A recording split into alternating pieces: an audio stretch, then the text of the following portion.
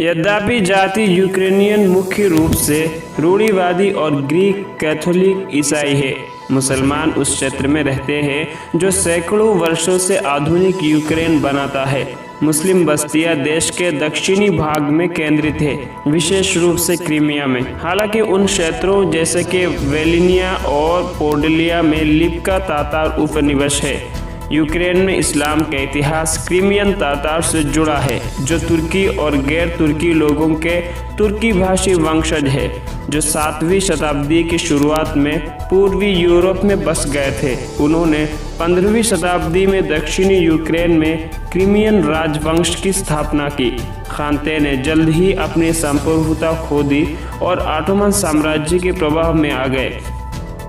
हालांकि उसके स्थानीय शासकों ने स्वायत्तता की एक महत्वपूर्ण डिग्री बनाए रखी। 15वीं से 16वीं शताब्दी तक क्रीमियन तातार्स ने अक्सर पूर्वी स्लाव भूमि पर आक्रमण किया और अपने निवासियों पर कब्जा कर लिया।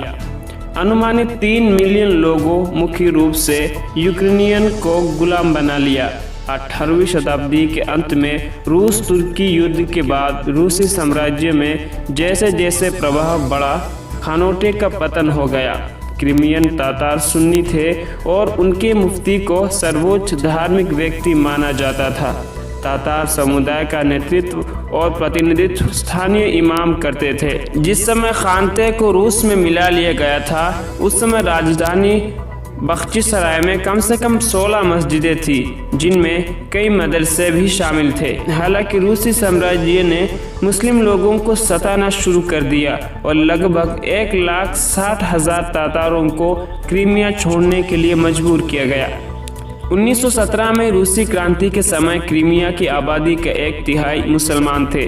क्रीमिया के लगभग सभी प्रमुख शहरों में महत्वपूर्ण मुस्लिम आबादी थी। 1944 में क्रीमिया मुसलमानों को निर्वासित कर दिया गया था, जबकि जोसेफ स्टालिन ने उन पर नाजी जर्मनी के साथ सहयोग करने का आरोप लगाया था।